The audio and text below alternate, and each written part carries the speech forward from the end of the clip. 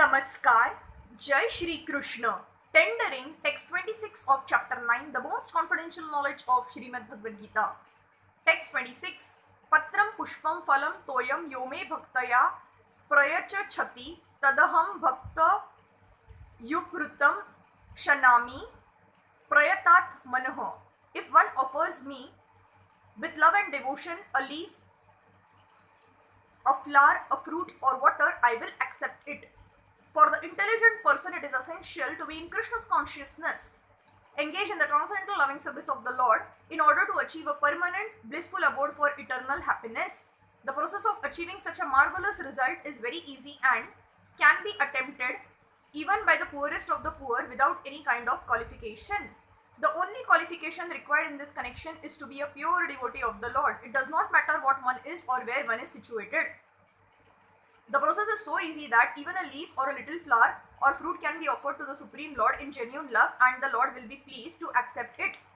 No one therefore can be barred from Krishna's consciousness because it is so easy and universal. Who is such a fool that he does not want to be Krishna's conscious by the simple method and thus attain the highest perfectional life of eternity, bliss and knowledge? Krishna wants only loving service and nothing more. Krishna accepts even a little flower from his pure devotee. He does not want any kind of offering from a non-devotee. He is not in need of anything from anyone because he is self-sufficient, and yet he accepts the offering of his devotee in an exchange of love and affection. To develop Krishna's consciousness is the highest perfection of life. Bhakti is mentioned twice in this verse in order to declare more emphatically that bhakti or devotional service is the only means to approach Krishna. No other condition such as becoming a brahmana, a learned scholar, a very rich man or a great philosopher can induce Krishna to accept some offering.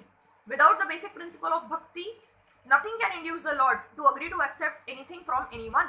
Bhakti is never causal. The process is eternal. It is direct action in service to the absolute whole. Here Lord Krishna established that he is the only enjoyer, the primeval Lord, and the real object of all sacrificial offerings. Reveals what types of sacrifices he desires to be offered. If one wishes to engage in devotional service to the Supreme in order to be purified and to reach the goal of life, the transcendental loving service of God, then one should find out what the Lord desires of him. One who loves Krishna will give him whatever he wants, and he avoids offering anything which is undesirable or unasked. Thus, meat, fish and eggs should not be offered to Krishna. If he desired such things as offerings, he would have said so. Instead, he clearly requests that a leaf, fruit, flowers and water be given to him, and he says of this offering, I will accept it. Therefore, we should understand that he will not accept meat, fish and eggs. Vegetable, grains, fruits, milk and water are the proper foods for human beings and are prescribed by Lord Krishna himself. Whatever else we eat cannot be offered to him since he will not accept it. Thus, we cannot be acting on the level of loving devotion if we offer such foods. In the 3rd chapter, verse 13, Shri Krishna explains that only the remains of sacrifice are purified and fit for consumption by those who are seeking advancement in life and release from the clutches of the material entanglement.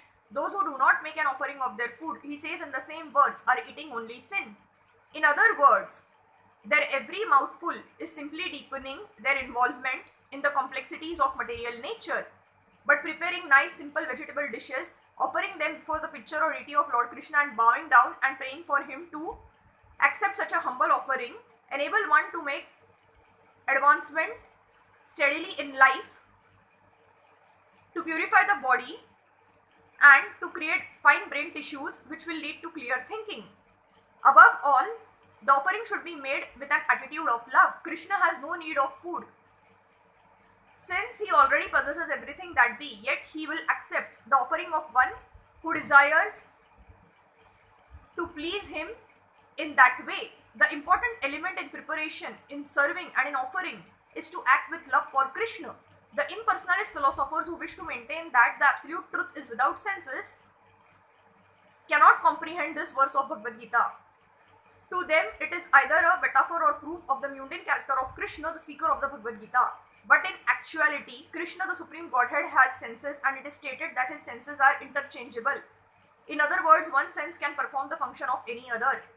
This is what it means to say that Krishna is absolute. Lacking senses, he could hardly be considered full in all opulences. In the 7th chapter, Krishna has explained that he impregnates the living entities into material nature. This is done by his looking upon material nature. And so in this instance, Krishna's hearing the devotee's words of love in offering foodstuffs is wholly identical with his hearing and actually tasting. This point should be emphasized because of his absolute position. His hearing is wholly identical with his eating and tasting. Only the devotee who accepts Krishna as he describes himself without interpretation can understand that the Supreme Absolute Truth can eat food and enjoy it. Thank you.